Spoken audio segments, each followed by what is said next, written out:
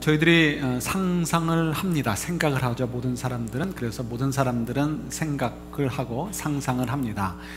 이런 생각들과 상상이 있는데요, 그 생각과 상상을 자기 것으로 잘 만들어서 잘 표현을 하면 굉장히 커다란 유익을 줄 수도 있고요, 때로는 해가 될 수도 있죠. 그래서 모든 생각, 모든 상상이 다 현실화되는 것은 위험할 수 있습니다. 그러니까 좋은 상상은 현실화됐을 때 많은 유익을 우리에게 줄 수 있고요, 또 나쁜 상상은 그것이 현실화됐을 때 얼마나 많은 해를 사람들에게 끼칠 수 있는가, 이런 것들을 저희들의 역사나 또 저희들의 삶의 경험을 통해서 잘 알고 있습니다. 수년 전에 어느 오락 프로그램에서 본 내용입니다.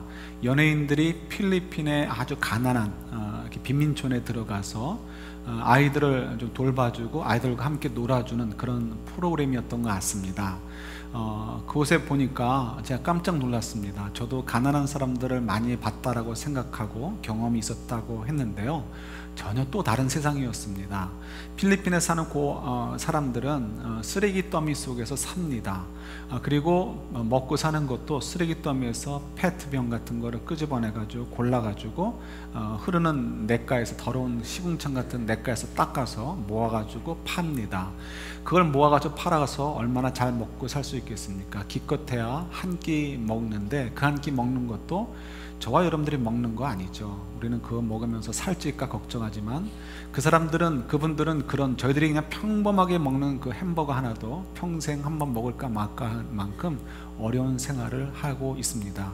그것도 아빠나 엄마가 살아 있어야 되는 거죠. 아빠나 엄마가 그 병들에 노출되어 있으니까 병이 걸려서 죽게 되면 그나마도 되지 않습니다. 그러면 아이들이 굶어 죽기 십상이고요, 저녁이 되면 어린 아이들이나 여성들은 밖을 나가면 안 된다고 합니다. 이유는 나쁜 사람들이 그 자리에서 일종의 잡아가지고요, 신체 일부를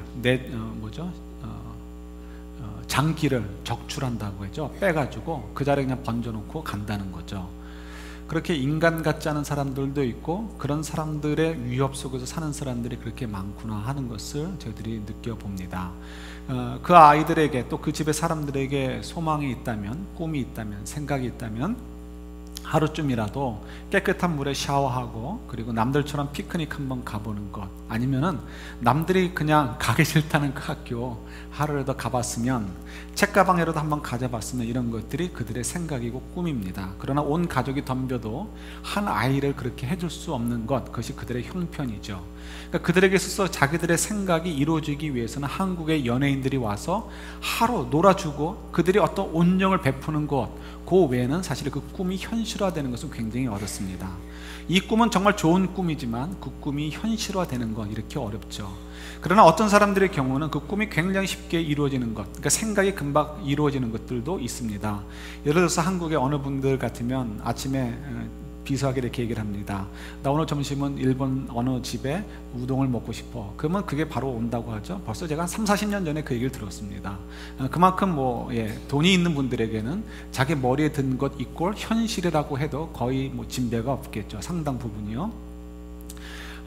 그런데 그것이 그렇게 그러니까 연계되어졌을 때 해가 되지 않는 경우도 있지만, 잘못하다가 그것이 옳지 않은 생각이 너무나 쉽게 현실화될 때는 굉장히 해가 될 때가 있다는 것을 저희들이 또한 알고 있습니다. 권력을 잡은 자들, 힘이 있는 자들은 굉장히 조심을 해야 되죠. 그 대표적인 예가 오늘 본문에 나오는 다윗의 이야기입니다.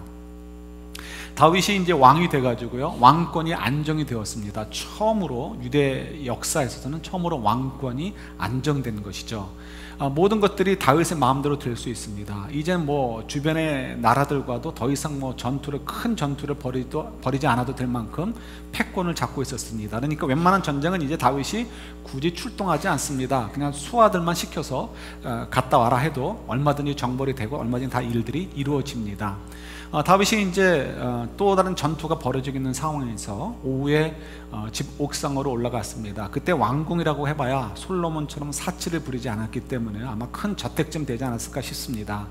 당시 이스라엘 사람들의 집은 이제 위에 옥상이라는 것이 있다고 하죠. 그래서 옥상에서 거닐고 또 그곳에서 샤워도 하고 했다고 합니다. 이분이 오후에 올라와가지고 이렇게 주변을 둘러봅니다. 이 큰 저택, 왕궁 주변으로 집들이 있을 텐데 그 집들은 누구들의 집이겠습니까?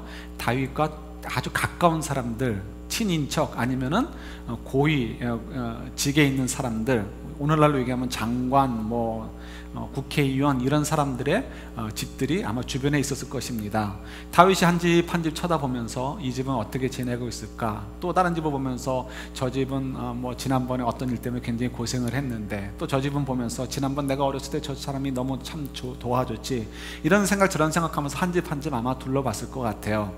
그러다가 이제 고개를 돌려보니까 우리아의 집이 보입니다. 우리아의 집을 향해서 눈을 돌립니다. 그때 그 짧은 순간에 어떤 생각이 떠올랐을까요? 우리아의 집에 대한 생각이 떠올랐겠죠. 우리아의 집은 평범한 집이 아닙니다. 다윗과 아주 가까웠던 집이라고 얘기할 수 있습니다. 왜냐하면 그 집의 안주인이 누구죠? 밧세바예요. 밧세바의 할아버지가 아주 다윗에게 있어서는 아주 손꼽히는 측근, 가장 믿고 가장 존경하는 그런 이제 모사, 이렇게 일종의 참모, 정치적인 참모, 군사적인 참모, 그 역할을 해주는 분이 바로 이 우리아의 그 안주인인, 그러니까 밧세바죠. 밧세바의 할아버지였습니다. 또 밧세바의 아버지, 그러니까 그 할아버지 아들인 거죠. 밧세바의 아버지, 그 친정 아버지도 용사라고 표현이 되는데요. 성경에서 용사라고 한다면 오늘날로 얘기하면 고급 장교라고 얘기할 수 있습니다. 영관급 이상 혹은 장군급, 이제 고급 장교라고 얘기할 수 있겠죠. 그런 고급 장교 출신입니다. 그러니까 다윗과는 굉장히 가까운 관계일 수밖에 없고요. 어쩌면 이 밧세바하고도 굉장히 이렇게 얼굴들을 많이 대했었던 일이 있었을지 모르겠습니다. 우리아는 어떤가요? 우리아도 역시 용사입니다. 그러니까 고급 장교입니다. 최소한 영관급 이상의 아주 고급 장교죠. 지금같이 군대가 60만, 100만 그래가지고 영관급 같은 건 내가 알지도 못해, 이게 아니고요. 그때 끼케야 몇만 명 이런 수준에서, 상비군은 몇만 명 수준이잖아요. 그 상태에서 영관급 그러면 굉장히 힘이 있는 거죠. 그러니까 우리아를 잘 아는 거죠. 그러니까 또 왕궁 옆에 또 집이 있는 거고요. 그러니까 너무 이제 친근한 집이죠. 우리아의 집을 보면서 순간 그 짧은 시간 이런 것들이 다 이렇게 지나가면서 우리아가 지금 고생하고 있을 텐데 그 집은 잘 있나 하고 쳐다봤을 것 같아요. 근데 그 순간 뭐가 들어온 거죠? 그 순간 눈에 들어온 것이 있습니다. 그 집의 옥상에서 그 잘 아는 밧세바가 샤워를 하고 있는 거예요. 근데 그냥 샤워가 아니고 아마도 이제 그 여인분들이 한 달에 한 번씩 경험하는 게 있잖아요. 근데 그거를 지나면은 이제 정결 의식을 합니다. 그때 목욕을 하는데 그때 이제 목욕하는 것이 이제 보인 거죠. 왜 밧세바가 그 시간에 벌건 대낮에 옥상에서, 그죠? 왕궁에서 보인다는 걸 뻔히 알 텐데 그 옥상에서 샤워를 하고 있었을까? 그 이유는 몰라요. 그 이유는 성경이 얘기해주고 있지 않기 때문에 다윗을 유혹하려고 했는지 아니면 그냥 우연히 다윗이 본 것인지 모르겠습니다. 조심성이 없는 여인인지 아무 생각이 없는 여인인지 모르겠지만 어쨌든 간에 그 시간에 목욕을 하고 있었던 거예요. 다윗이 그 여인을 보면서 그 짧은 순간에 뭐가 불쑥 올라왔을까요? 저 여인을 품고 싶다라는 생각이 불쑥 솟아오르게 되었습니다. 왜 그 생각이 올라왔을까요? 이유가 있죠. 전에도 얘기했듯이 다윗에게 이미 많은 여인들이 있어요. 만약에 욕정이 올라왔으면 얼마든지 다른 와이프들과 그 문제를 해결할 수 있습니다. 그런데 지금 이 다윗에게 있는 그 와이프들은, 와이브스죠. 우리가 잘 쓰지 않는 단어라 생소하죠. 와이프들은, 아내들은 이 다윗에게서는 어떤 존재죠? 그냥 남성과 여성의 만남이 아니고요. 어떤 관계라고요? 이 정략적인 결혼의 상대들이었어요. 그러니까 다윗이 왕이 되기 위해서 각 지방, 각 곳곳의 사람들로부터 서포트를 받아야 돼요. 그러기 위해서는 어떻게 해요? 다윗이 그 각 지역에 대표되는 여성들과 결혼하는 것이 필요하죠. 그래서 그런 결혼들을 해왔단 말이에요. 그렇기 때문에 다윗의 입장에서는 좀 이 아내들을 보면서도 마음이 편치 않았을 것 같아요. 쟤하고 나와의 결혼 사이에는 뭐가 있다, 쟤네 집 뒤에는 뭐가 있다, 이런 생각이 드니까 편치만은 않았던 것 같습니다. 그러다 보니까 자기도 모르게 마음 한구석에서 남성과 여성으로서, 그냥 여성으로서 그 어떤 그 사랑을 나눌 수 있는 존재가 은근히 어떤 그 그리웠던 마음이 있지 않았을까? 이건 상식적으로 얼마든지 이해할 수 있는 거죠. 근데 마침 밧세바는 알만한 사람이었을 것 같아요. 상황을 봐가지고는. 그러니까 얼마든지 밧세바가 얼마나 아름다운 이였는지 알았을지도 모르겠습니다. 그런데 그동안은 하나님과의 관계가 이렇게 좋았으니까 그것이 전혀 상상이 되지 않았는데요. 지금 조금 마음의 여유를 누릴 만할 때쯤 돼가지고 이 영적인 긴장감이 좀 떨어져 버리니까요, 어느덧 불꽃, 그 숨겨져 있던 그리움이, 여성에 대한 그리움이 확 솟아오르게 되고요, 그 순간 그 밧세바를 본 순간 그것이 합쳐지게 된 거죠. 그러니까 그 순간에 완전히 넘어가가지고요, 그냥 컨트롤을 하지 못하게 되고 말았습니다. 그래서 이 밧세바의 할아버지의 얼굴을 봐서라도, 그 아버지의 얼굴을 봐서라도, 아니요, 우리아의 얼굴을 봐서라도 그럴 수 없음에도 불구하고 밧세바를 취하게 됩니다. 밧세바를 취하고는 어떻게 해요? 자기 여인으로 만들어버리고, 그리고 그 밧세바의 남편인 우리아는, 충신인 우리아는 죽여버리게 되는 일을 벌이게 되는 거죠.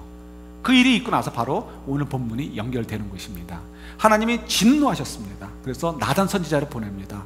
나단 선지자를 보내서 얘기하시는 거죠. 비유가 이거예요. 어떤 마을에 부자가 있었다는 거죠. 그 부자는 소와 양이 엄청나게 많아요. 근데 자기에게 손님이 왔어요. 행인이라는 것은 손님을 얘기하는 것입니다. 손님이 왔어요. 그래서 그 손님에게 먹을 것과 잘 것을 제공해 줘야 됩니다. 근데 먹을 것을 제공해 주려고 하니까 자기 집에서 소나 양을 잡자니 너무 아까운 거예요. 그 아까울 줄 알아야 부자가 되죠. 그래서 이게 아까운 거예요. 그러니까 어떻게 해요? 고개를 둘러보니까 그 마을에 한 가난한 사람이 있어요. 근데 그 사람에게는 양 한 마리가 있는데 그 양 한 마리가 너무 소중한 거예요. 전 재산이니까. 그래서 따로 우리에 재우지도 않아요. 우리도 없었겠죠. 자기 집, 자기 방에서 함께 먹고 자고, 같은 건 먹고 같이 자고 끼어 안고 사는 거예요. 그런데 이 부자의 눈에는 그게 보여요? 보이지 않죠. 내 것만 챙기고 싶은 거예요.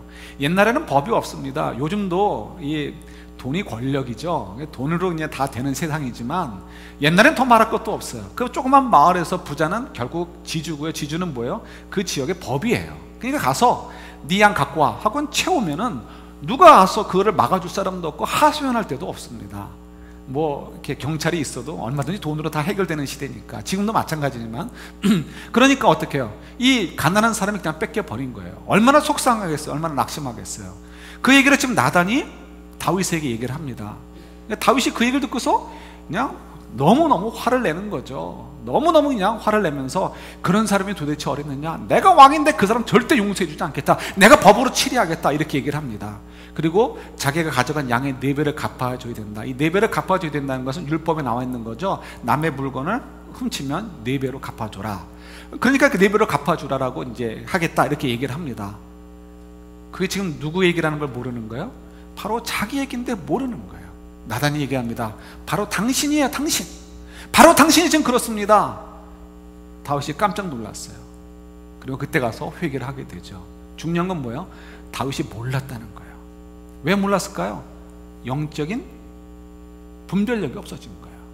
근데 여러분, 이것을 다윗을 향해서 손가락질할 이유가 되지 못합니다. 왠지 아세요? 사실은 우리가 동일해요. 우리가 좀 더 뒤에 이야기를 나눠보도록 하겠습니다. 그래서 이와 같이 영적 분별력이 굉장히 중요하다는 거예요. 만약에 영적 분별력을 잘 사용하지 않는다면 어떻게 됩니까? 다윗이 지금 휘두르는 권력을 보세요. 우리 지난주에 묵상했듯이 사무엘하 8장 15절 보면 그가 왕이 되었을 때 그의 권력을 가지고 어떻게 다스렸다고요? 의와 공의로, 공평으로 백성들을 다스렸다는 거예요. 자기가 하나님께서 받은 은사를 가지고 어떻게 해요? 하나님이 원하시는 대로 다른 사람들에게, 그가 다스리는 백성들에게 복이 되도록 사용했다는 것입니다. 그건 자기에게도 복이 돼요. 왜요? 하나님께서 주신 은사를 가지고 하나님이 원하시는 대로 이렇게 일을 열심히 했으니까 하나님이 상급을 주신다고 약속을 했잖아요. 그러니까 영적인 분별력을 가지고 은사를 사용하게 되면 자기도 하나님의 복을 받고 다른 사람에도 유익이 되는 거죠. 근데 지금 영적 분별력을 놓쳐버리게 되니까 어떻게 되죠? 하나님이 주신 은사, 복이 되도록 사용하라고 주신 그 은사를 가지고 어떻게 해요? 다른 사람을 저주하고 다른 사람을 괴롭히고 다른 사람에게 해가 되도록 활용하고 있는 것을 보게 되는 거죠. 결국은 뭐예요? 그것이 돌아와서 자기에게도 상급이 아니라 하나님의 징벌로 다가오는 것을 보게 됩니다. 영적 분별력이 이렇게 중요한 거예요. 왜요? 저희들도 모두가 하나님의 은사를 가지고 살고 있잖아요. 자, 좀 이따 얘기를 하도록 하고요. 그래서 저희들에게 이 옳지 않은 생각이나 행동을 우리가 막기 위해서는 영적인 필터링 하는 것이 굉장히 중요하다는 것을 저희들이 생각을 해 보아야 됩니다. 이런 필터링이라는 거 잘 아시죠? 우리가 물을 마시잖아요. 정수기 물을 마실 때 이 불순물을 제거하는 것 갖다가 필터링을 한다라고 얘기를 합니다. 그것처럼 우리에게 지금 요즘은 너무 많은 매체들이 있어가지고요, 너무 많은 정보들이 우리 눈과 귀에 들어옵니다. 근데 그 수많은 정보들 때문에 우리가 사실은 망가지고 있어요. 그 왜 그럴까요? 그 수많은 정보들이 누가 주는 것들이에요? 하나님의 백성들이 하나님의 원리를 따라서 기독교적인 가치관 속에서 풀어서 우리에게 주는 정보는 거의 없습니다. 대부분은 그냥 주는 것들이에요. 근데 물론 그 중에는 그냥 이렇게 중립적인 것도 있지만, 그러나 대부분의 것들은 어떤 것이죠? 사단의 영향을 받은 사단의 자녀들이 주는 것들이에요. 헐리우드 영화 가운데 어느 영화가 기독교적 가치관을 가지고 영화를 만듭니까? 드물죠. 정말 드뭅니다. 만드는 사람들이 다 동성애를 하고, 만드는 사람들이 대부분 다 물질 만능주의에 빠지는 사람들인데 어떻게 거기서 좋은 것들이 나올 수 있겠어요? 잠깐의 감동을 줄 수 있을지 모르지만 결국은 그 속에서 주어지는 것들은 하나님의 것들과는 거리가 먼 것들입니다.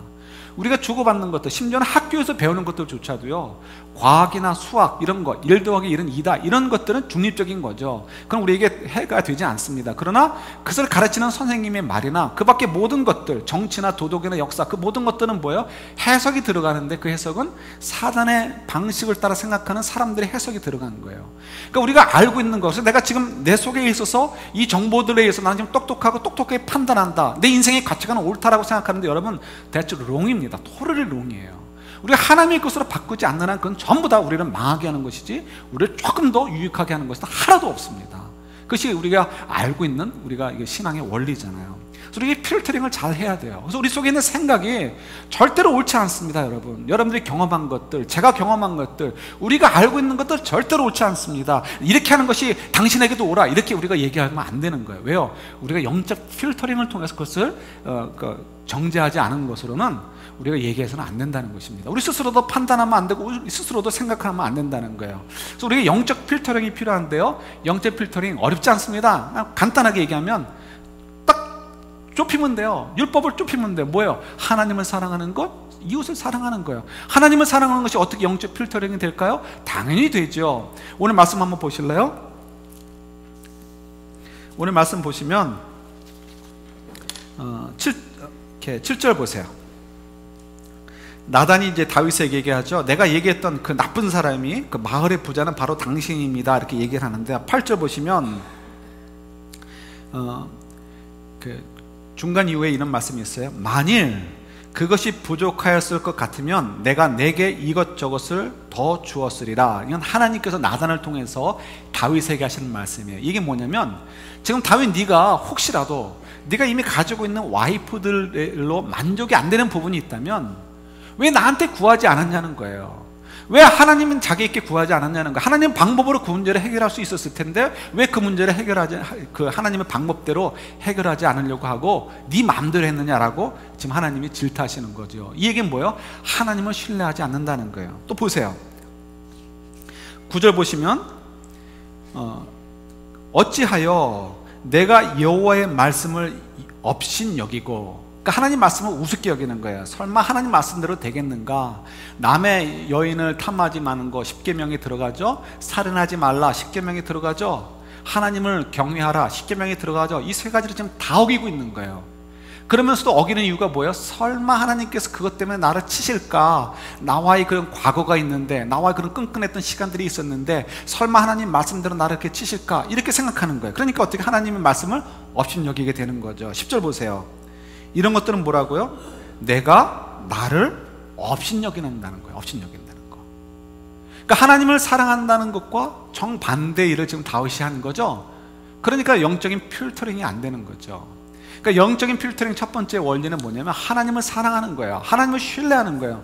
하나님이 지금 나에게 이렇게 인도해 주시는 건, 내가 지금 불만족스럽고 또 내가 부족함이 있는 것처럼 느껴져도 하나님이 정말 나를 향하신 선한 아빠 아버지시니까 이 세상에 악한 아버지도 나에게 좋은 거 줄 줄 아는데 하물며 우리 아빠 아버지가 나에게 왜 좋은 것을 안 주시겠느냐? 내가 내게 족하다. 내가 지금 가진 것이 나에게 족하니까 하나님 이만큼 주시는 거지. 그리고 앞으로 하나님께서 어떻게 인도해 줄지 모르잖아. 그러니까 난 하나님만 바라보자, 하나님만 의지하자, 하나님만 경외하자. 이것이 어떻게 해요? 하나님을 사랑하는 거죠.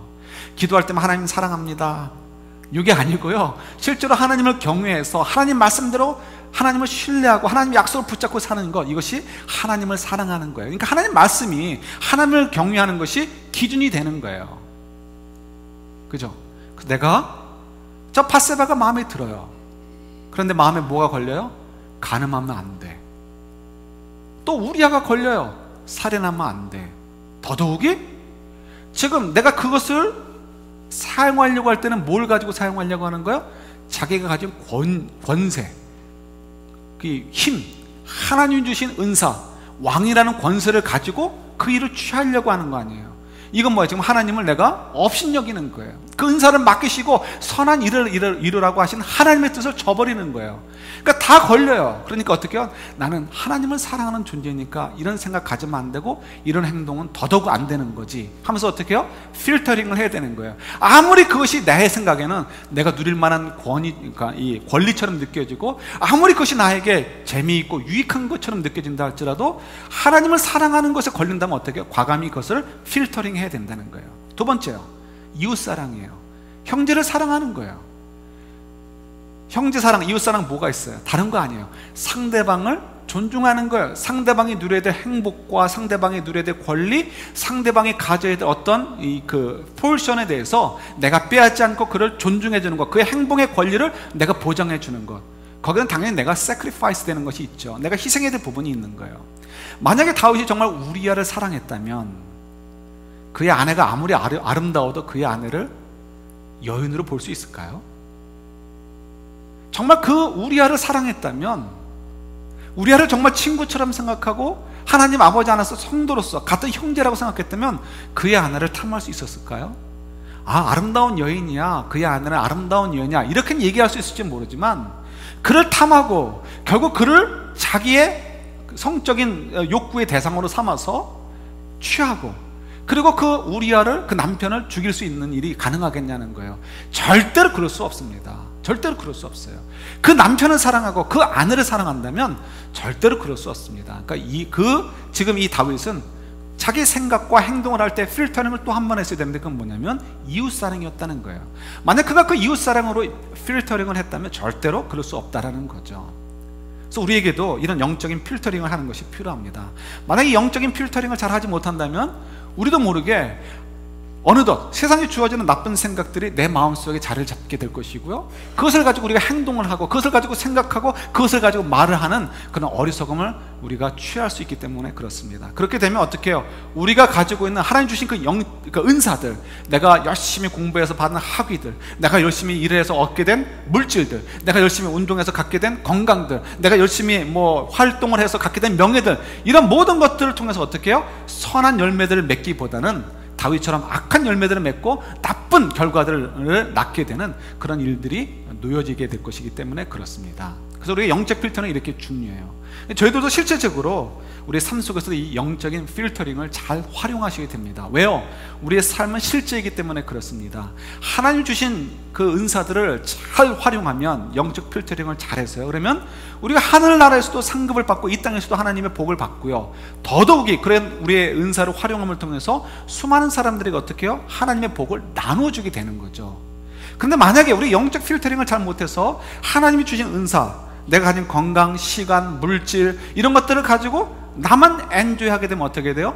나도 하나님께 질책을 받게 되고요, 내가 가진 것을 섬김을 통해서 누려야 될 그 복들을 다른 사람들이 빼앗기게 되니까 어떻게 해요? 그분들에게 해가 되는 거죠. 여러분, 어느 누구도 그냥 조용히 살다가 난 죽으면 천국이나 가면 돼, 이런 인생은 단 한 사람도 없습니다. 그것조차도 어떻게 사단이 주는 생각이에요. 모든 사람은 하나님께서 주신 은사들을 가지고 있고요, 이 땅에 오실 때 목적을 가지고 오신 분들이에요. 우리는 어느 누구도 조용히 살다가 좋게 조용히 믿음 생활하다가 난 천국에만 갈 거예요, 이런 것은 어느 누구도 하나님과의 관계 속에서 있을 수 없다는 것입니다. 그래서 여러분, 열심히 여러분들의 은사를 활용하셔야 돼요. 그러기 위해서라도 우리가 정말 영적인 필터링을 잘 활용하셔야 되는 거죠. 지난 주간인가요? 제 아내와 대화를 나누다가 그런 이야기를 나눴습니다. 행동으로 죄를 짓지 않는 것, 그것도 정말 힘들다는 거예요. 말 한마디 얼마나 힘들어요. 그죠? 말하고 나서 후회할 때가 얼마나 많은지. 참 힘듭니다. 근데 그것도 어지간한데 마음으로, 생각으로 짓는 죄까지는 안 지려고 하는 것은요, 정말 어려운 것 같아요. 그래서 그 얘기를 서로 이제 아내하고 둘이 나눠봤습니다. 정말 어려워요. 그러니까 할 수 없이 우리 몇 주 전에 묵상했던 대로 하루도 몇 번씩 성령님 도와주세요, 성령님 도와주세요, 이 얘기가 안 나올 수가 없어요. 안 나올 수가 없어요. 성령님 도와주세요, 도와주세요. 그래야 그냥 간신히 이겨나갈 수 있고, 그래도 또 넘어질 수밖에 없는 게 저희들이구나 하는 것을 느껴봅니다. 그런데 이것은 예수님께서도 우리에게 요구하신 거죠. 우리 마태복음 한번 찾아볼까요? 마태복음 5장 보세요.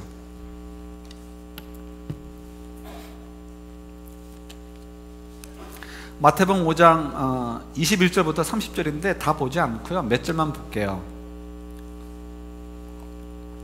21절, 22절, 그 다음에 넘어가서 좀 보도록 하겠습니다. 신약성경 6페이지에 있습니다. 마태복음 5장 21절, 22절 먼저 한번 같이 읽어볼까요? 옛사람에게 말한 바 살인하지 말라, 누구든지 살인하면 심판을 받게 되리라 하였다는 것을 너희가 들었으나 나는 너희에게 이르노니 형제에게 노하는 자마다 심판을 받게 되고, 형제를 대하여 라갈하는 자는 공회에 잡혀가게 되고, 미련한 놈이라 하는 자는 지옥불에 들어가게 되리라. 아멘. 여러분, 이 말씀 믿어지십니까?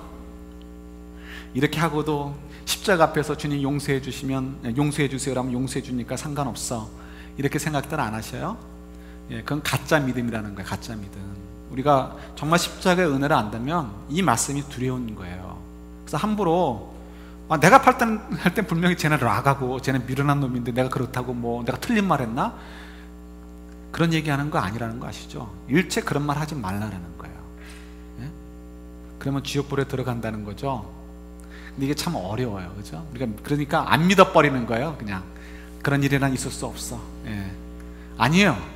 말씀대로 됩니다. 그러니까 여러분, 저희들이 정말 두렵고 떨림으로 말씀을 받아야 돼요. 27절, 28절 넘어가 볼까요? 같이 한번 또 읽어볼까요? 또 간음하지 말라 하셨다는 것을 너희가 들었으나 나는 너희에게 이르노니 음욕을 품고 여자를 보는 자마다 마음에 이미 간음하였느니라. 예. 그래서 29절, 30절 보면 어떻게 해요? 내 오른눈이 너를 실족하게 하거든 떼어버려라. 예? 만일 내 오른손이 너를 실족하게 하거든 찍어버려라. 이게 지옥불에 들어가는 것보다 낫다. 우리가 눈 뺀다고 팔 하나 뽑아버린다고 죄를 안 짓나요? 죄 짓죠. 그만큼 그만한 각오를 가지고 마음에 생기는 죄와 싸우라는 거예요. 근데 이 말씀이 여러 가지로 우리가 묵상할 수 있지만, 현실적으로 한 가지 우리가 오늘 말씀과 연결해서 굉장히 좋은 교훈을 줍니다. 이 말씀이 굉장히 실제적이라는 거예요. 우리가 마음으로부터 이런 싸움을 하게 될 때 어떻게 해요? 그 싸움이 지치지만 힘들어요. 그래서 때로는 정말 믿기 싫어서 눈 딱 가리고 싶어요. 절대로 그러지 않을 거야. 그렇게 되겠어? 다윗이 그랬던 것처럼 십계명 뭐 3가지쯤 어긴다고 해서 뭐 하나님이 나를 뭐 치시겠어? 그동안에 관계가 있지, 대신 내가 다른 거 다 잘 지키면 되지, 이렇게 했다가 아주 된통 당하잖아요. 다윗이 이날 이후로 그의 인생이 정점을 찍고 꺾어져 내려갑니다. 그 다음부터는 정말 피눈물을 흘리는 인생들을 노년에 살게 돼요. 너무 불쌍한 인생이 되어버립니다. 그래도 다윗은 다윗이지만 어쨌든 그가 더 치고 올라갈 수 있는 인생의 정점을 찍고 내려가는 것이 바로 이 사건 때문이에요. 하나님이 절대로 그냥 가지 않으신다는 거죠. 우리도 마찬가지예요. 그런데 저희들이 마음으로부터 이 싸움을 하게 되면 어떻게 해요? 힘들지만 행동으로 죄를 짓는 것, 악한 행위를 하는 것을 막을 때는 어떻게 훨씬 수월해요. 이미 생각부터 필터링이 많이 되어져 버렸기 때문에 행동으로 옮겨지는 것이 줄어들 수밖에 없고요. 또 여기서 많이 싸우게 되니까 설사 여기서 져서 행동으로 불쑥 나오려고 할 때에도 어떻게 쉽게 우리가 중지할 수 있고 좁혀갈 수 있고 그 범위를 줄여갈 수 있게 되는 거죠. 그런 면에서 예수님께서 왜 우리에게 그렇게 눈을 뽑는 각오를 가지고 팔을 하나 잘라버리는 각오로 마음의 죄와 싸우라고 했는가? 결국은 행동의 죄를 더 쉽게 이길 수 있도록 하기 위해서라도 이 말씀을 주신 거구나 하는 것을 저희들이 확인할 수가 있습니다. 우리가 제가 적어드린 이야기 보면은 우리 종교개혁가 마틴 루터의 이야기가 있죠.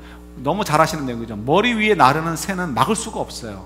그러나 그 새가 우리 머리 위에 집을 짓는 것은 당연히 막아야 되는 거죠. 우리의 머릿속에 떠오르는 생각은 우리가 다 클리닝할 수 없습니다. 왜요? 우리가 너무 악한 것에 익숙해져 있고 그런 것에 인포메이션으로 우리가 만들어져 있는 존재이기 때문에 그래요. 우리 자체가 악입니다. 그러다 죄된 본성이 있어요. 그러니까 우리가 때로는 정말 사도 바울이 고백한 대로 내가 정말 하기 싫은 생각조차도 내가 자꾸 떠오를 때가 있어요.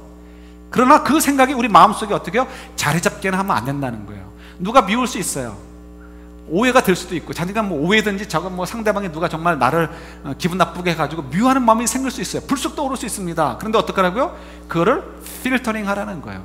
하나님을 사랑하는 마음과 이웃을 사랑하는 마음으로 필터링을 하라는 거예요. 그러면 어떻게 해요? 이것이 조금은 수그러들게 되고요, 조금 더 필터링 할 수 있는 영적인 우리가 성숙도가 있어지면 더 필터링이 되니까 어떻게 그 마음이, 미워하는 마음이 나를, 내 마음속에 자리 잡아서 나를 주장하지 못하게 된다는 거예요. 이해가 되시죠? 너무 쉽잖아요. 이건 너무나 현실적인 얘기고 너무나 구체적인 얘기예요.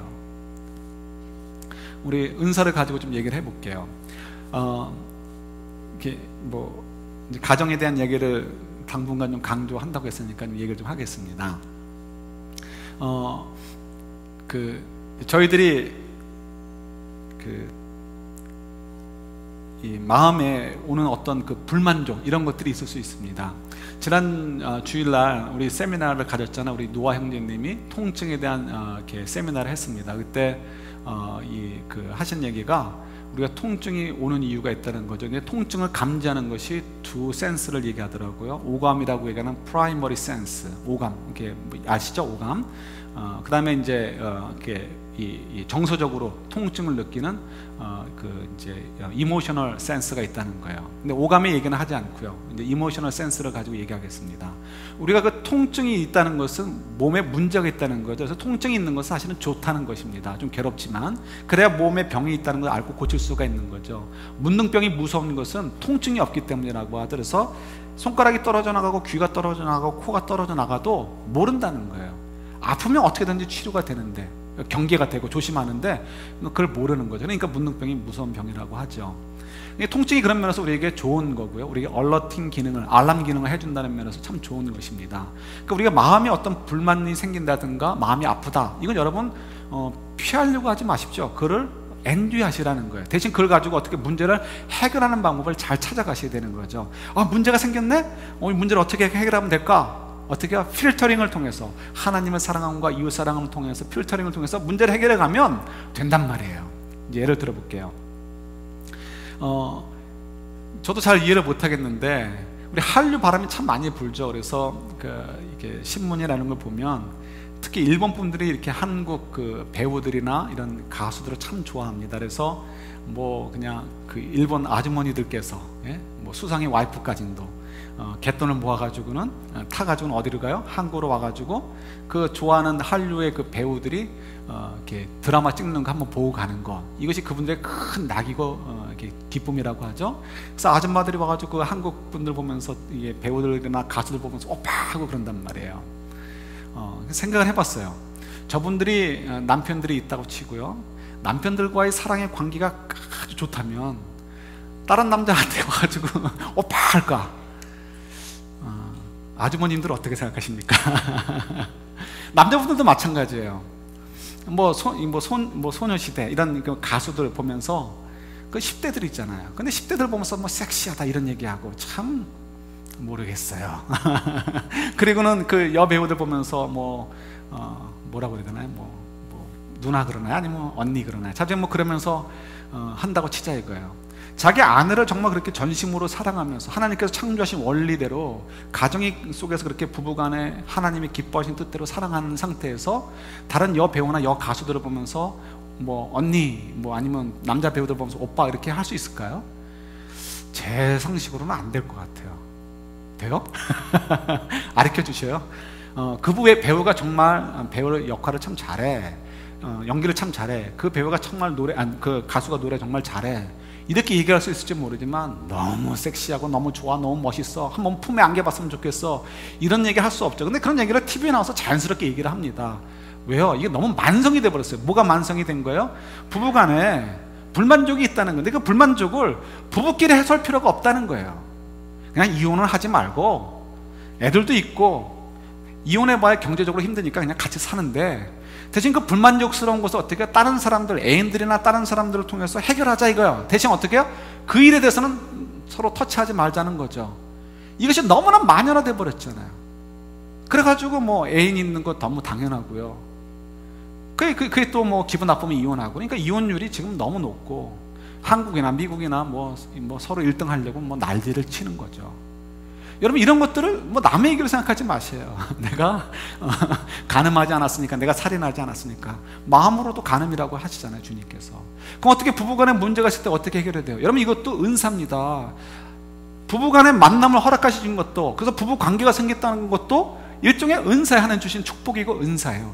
그걸 통해서 어떻게 해요? 상대방에게 복이 되고, 또 가정에 복이 되게 하고, 그 은사를 잘 활용해서 사회에 더 복이 되게 하고, 그런 말에만 나도 복 받게 하시면 하나님의 은사고 복의 통로란 말이에요. 그러니까 부부간에 당연히 불만족이 있을 수밖에 없습니다. 어떻게 불만족이 없겠어요? 그러면 그때 다른 것을 통해서 대리만족하지 마시려는 거예요. 그거는 어느 법에도 하나님께서 기뻐하지 않으시는 거예요. 그죠? 그건 절대로 문제를 해결해 주지 않습니다. 결국은 문제만 더 키워가서 그 관계를 깨어져 버리게 하는 거죠. 어떻게 하면 돼요? 두 가지 원리가 있잖아요. 하나님을 사랑하는 것, 하나님을 사랑하는 것은 하나님을 신뢰하는 것이 있습니다. 하나님이 인도해 주실 거야. 하나님의 능력이 나와 함께 해 주실 거야. 하나님 도와주실 거야. 하나님께 여쭙는 거예요. 어떻게 하면 되겠습니까? 하나님 말씀이 기준이 돼가지고 성령의 도우심을 구하면서 이 문제를 차근차근 해결해 가는 거예요. 그러면 하나님께 도와주시겠어요? 안 도와주시겠어요? 도와주셔요. 문제는 뭐예요? 때로는 우리가 생각하는 기준점과 하나님이 나에게 허락해 주시는 기준점이 다를 수 있습니다. 나는 생각하는데 100만 탄 왕자를 생각해요. 내 와이프는 비록 그렇지 않아, 내 남편은 그렇지 않아도 내가 열심히 기도하고 하나님 뜻대로 하면, 신앙생활을 잘하면 내 남편이 100만 탄 왕자로 변화될 거야. 이런 건 없어요. 그죠? 하나님은 각자에게 주신 은사대로, 분량대로 각자의 남편과 아내를 주셨어요. 그러니까 내 남편이 저른발이면 그냥 저른발로 사는 거예요. 내 아내가 애꾸눈이면 애꾸눈으로 살면 되는 거예요. 그러나 문제는 뭐예요? 내가 뭐 애꾸눈이 아니고 저른발이 아닌 남성과 여성과 만나면 나는 완전한 행복을 누릴 것이다, 천만의 말씀이요. 그런 사람은 한 사람도 없습니다. 결국 진정한 행복은 어디서 오는 거예요? 진정한 부부간의 사랑은 하나님 안에서, 하나님의 뜻을 찾아서 하나님의 도움을 구하고 하나님의 겸비하게 하나님의 원리대로 서로를 바라보고 서로에 대한 관심을 갖고 서로를 존중해주고 서로를 사랑하려고 할 때, 그때 하나님이 역사해 주셔서 그 속에서 그 문제가 해결되어지고요. 그리고 정말 주님께서 우리에게 약속해 주신 참된 부부관계, 그 사랑의 관계가 열매를 맺게 되는 거예요. 믿어지셔요? 근데 이 과정이 너무 힘들어요. 너무 멀어요. 그리고 좋았다가도 내려가고 좋았다가도 내려가요. 왜? 우리 영적인 상태와 관련이 있기 때문에 그렇습니다. 그러나 문제 해결은요, 절대로 백마탄 왕자에게 있지 않습니다. 백설공주인가요? 뭐 다른 거에 있지 않습니다. 결국은 하나님께 있다는 걸 아십시오. 그러니까 하나님을 사랑할 때 그 필터링으로 내 생각을 정제하고 또 행동을 정제해서 할 때, 그때 진정한 행복을 누릴 수 있다는 거예요. 두 번째, 이웃사랑이에요. 이웃사랑. 남편, 아내에 대해서, 상대방에 대해서, 배우자에 대해서, 또 그 배우자에 속해 있는 가족들에 대해서 생각을 하시라는 거예요. 내 원리만, 내 권리만 생각하지 말고요, 내 방식, 내 습관, 내가 편한 거, 이런 것만 주장하지 말고 상대방의 권리도 서로 존중해라는 거예요. 그때 어떻게 돼요? 그때 온전한 사랑이 더 싹트게 되는 거죠. 내 거 놓지 않은 상태에서 네가 내 걸 따라줘야 되지 않니? 라고 해가지고는 어떻게 해요? 문제가 해결되지 않는다는 거예요. 이것만이 아니죠. 여러분들 가지고 있는 시간과 물질과 건강, 이런 것들도 마찬가지입니다. 내가 이것을 필터링을 하지 않으면 세상이 주는 대로요, 내 마음대로 쓰려고 해요.